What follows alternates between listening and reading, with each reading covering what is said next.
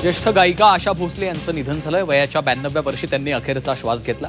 मुंबईमधील bridge candy रुग्णालयात अतिथकवा आणि छातीत संसर्ग झाल्यानं त्यांना दाखल केलं होतं। मात्र उपचारादरम्यान त्यांचं निधन झालं। उद्या त्यांच्या पार्थिवावर शिवाजी पार्क इथं शासकीय इतमामात अंत्यसंस्कार होणार आहेत।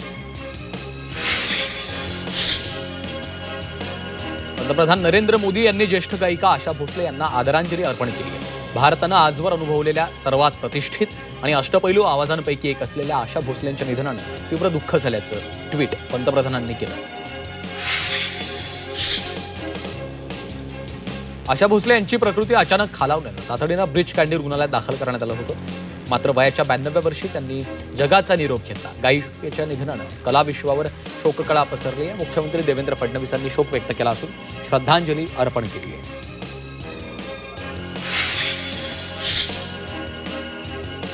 राज्याच्या उपमुख्यमंत्री सुनेत्रा पवार यांनी आशा भोसले यांच्या निधनावर प्रतिक्रिया दिली आहे। आशाताईंचं दुःखद निधन झाल्यानं संगीत क्षेत्राची खूप मोठी हानी झाली आहे। तर आशाताईंना त्यांनी भावपूर्ण श्रद्धांजली अर्पण केली आहे।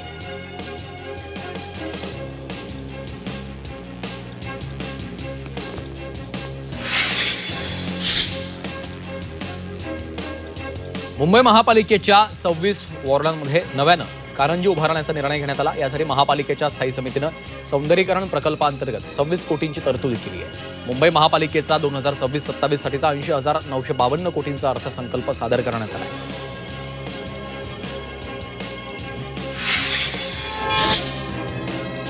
सांगलीतील काळी खण प्रकल्प गेल्या 2.5 महिन्यांपासून बंद आहे। कोट्यवधी रुपये खर्च करून महापालिकेकडनं सुशोभीकरण करण्यात आलं। मात्र पालिका प्रशासनाच्या नियोजन शून्य कारभारामुळे हा प्रकल्प आज बंद पडला आहे।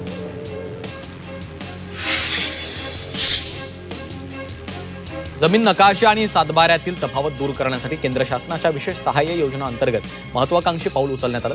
हिस्सा मोजणीमुळे सीमावाद कमी होऊन अचूक डिजिटल नकाशे तयार होणार आहेत। या योजनेचा शेतकऱ्यांनी फायदा घ्यावा असं आवाहन हिंगोलीचे जिल्हाधिकारी यांनी केलं आहे। मतदान आणि निवडणूक लढवण्याचा अधिकार हा मूलभूत अधिकार नाही, हे केवळ कायद्यानं दिलेले अधिकार आहेत असा महत्त्वाचा निर्वाळा सर्वोच्च न्यायालयाने दिला आहे। मतदान करणं आणि निवडणूक लढवणं या 2 स्वतंत्र गोष्टी असल्याचं कोर्टाने म्हटलेलं आहे।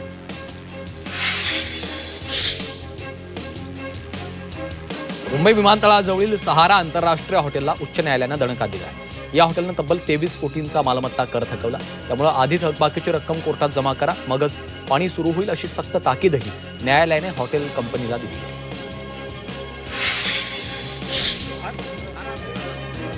साताऱ्यातील कोयना धरणातील गाळ काढण्याचा नारळ फोडून शुभारंभ करण्यात आला। उपमुख्यमंत्री एकनाथ शिंदेंच्या हस्ते शुभारंभ झालाय। कोयना जलाशयाची पाणी पातळी कमी होत असल्यामुळे गाळमुक्त धरण आणि गाळयुक्त शिवार करण्यात येत आहे।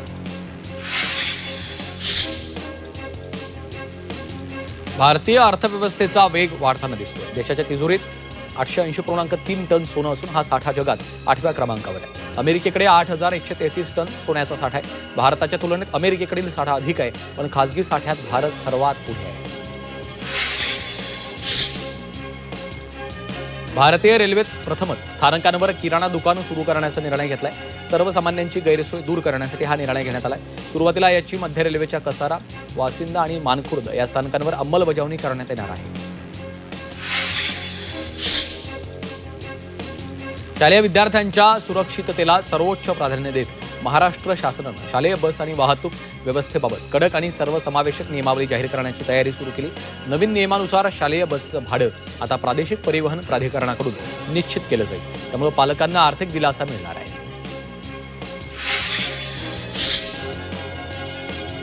चिपळूण तालुक्यातील माणकी प्रादेशिक नळपाणी पुरवठा योजनेवर काम करणाऱ्या कर्मचाऱ्यांच्या 25 वर्षाच्या प्रदीर्घ लढ्याला अखेर यश आलं। आमदार शेखर निकम यांच्या सातत्यपूर्ण पाठपुराव्यामुळे 9 कर्मचाऱ्यांना आता किमान वेतन मिळण्याचा मार्ग मोकळा झाला।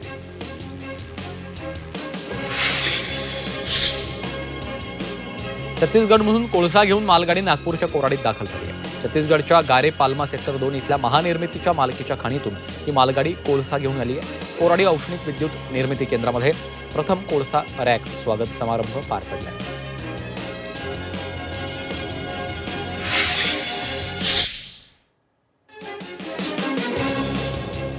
मालवण तालुक्यातील देवली गावात भर उन्हात एका घरावर चक्क 5 किलो वजनाचा बर्फाचा गोळा आकाशातून कोसळलाय। गावातल्या खालची परबवाडी भागात ही घटना घडली आहे। अर्चना देऊलकर या स्वयंपाक करत असताना अचानक मोठा आवाज झाला. छताची कौलं आणि लाकडी भाग तोडून बर्फाचा गोळा थेट स्वयंपाकघरात पडला.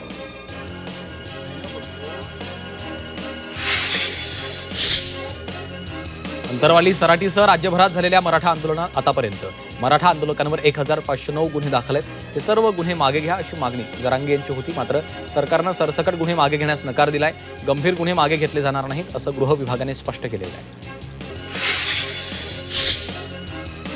नाशिकच्या येवल्यातील राजापुरात भैरवनाथ महाराज यात्रा उत्साहात साजरी करण्यात आली.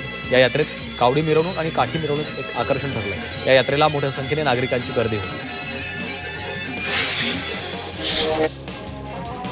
कल्याणच्या रोहिदास वाड्यामध्ये गावदेवीची पालखी आणि जत्रा उत्साहात साजरी करण्यात आली.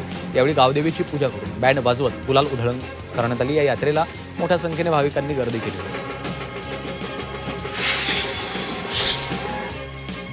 पुणे आणि अहिल्यानगर जिल्ह्याच्या सीमेवर असलेल्या मळगंगा देवीच्या यात्रोत्सवाला सुरुवात झाली. जगप्रसिद्ध रांजण खळग्यांच्या सानिध्यात टाकळी भाजी आणि निघोज इथली भव्य यात्रा उत्सवाला मोठ्या उत्साहात सुरुवात झाली. पुण्याच्या आंबेगाव तालुक्यातील अवसरी खुर्दमध्ये काळभैरवनाथ महाराजांच्या यात्रा उत्सवानिमित्त लाल मातीतील कुस्त्यांचा आखाडा रंगला. या कुस्त्यांच्या दंगलसाठी राज्यभरातील शेकडो पैलवानांनी सहभाग घेतला होता. यावेळी दिग्गज प्रसिद्ध पैलवानांच्या कुस्त्यांनी सर्वांचं लक्ष वेधलं.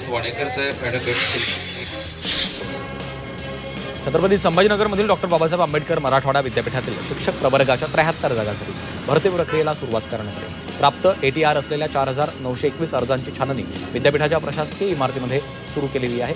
नवं शैक्षणिक वर्ष सुरू होण्यापूर्वी भरती प्रक्रिया पूर्ण करण्यात येणार आहे. भारतरत्न डॉक्टर बाबासाहेब आंबेडकर आदर्श शाळा योजनेअंतर्गत शासनाकडून मुख्यमंत्री माझी शाळा सुंदर शाळा टप्पा 3 अभियानामध्ये राबवण्यात आला.